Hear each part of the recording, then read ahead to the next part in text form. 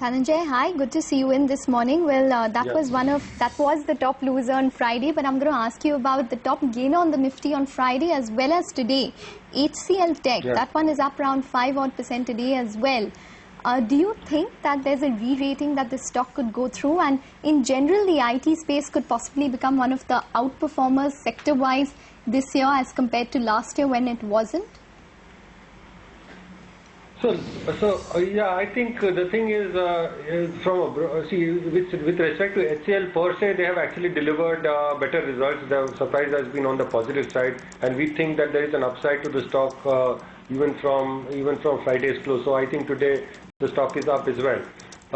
Broadly speaking, I would say that the IT space is something that we have been positive on, and the thing is, we are seeing a certain positive trend with respect to the US economy. So I think there is a possibility of discretionary spending being stronger from the US economy.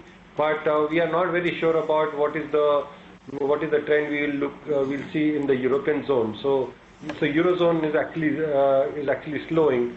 So on the back of that, the expectation that there will be a support from there may not be so strong as we look at it.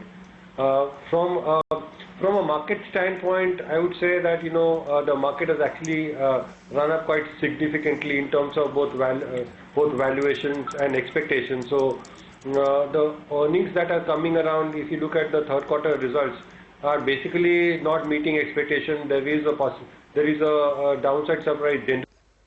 Earnings are very poor.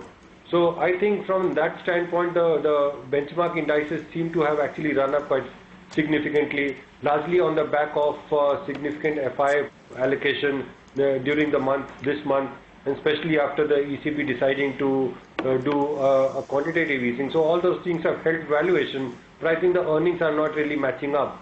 So it is possible that going forward, people might look at certain defensive names, and that is why you can see resilience in the IT space, and also with respect to some of the the consumer names. So with respect to consumer names, what we have noticed is that results have been somewhat lackluster. Major companies have actually disappointed with respect to volume growth, and the demand doesn't seem to be very strong. But yet you see, for instance, HCL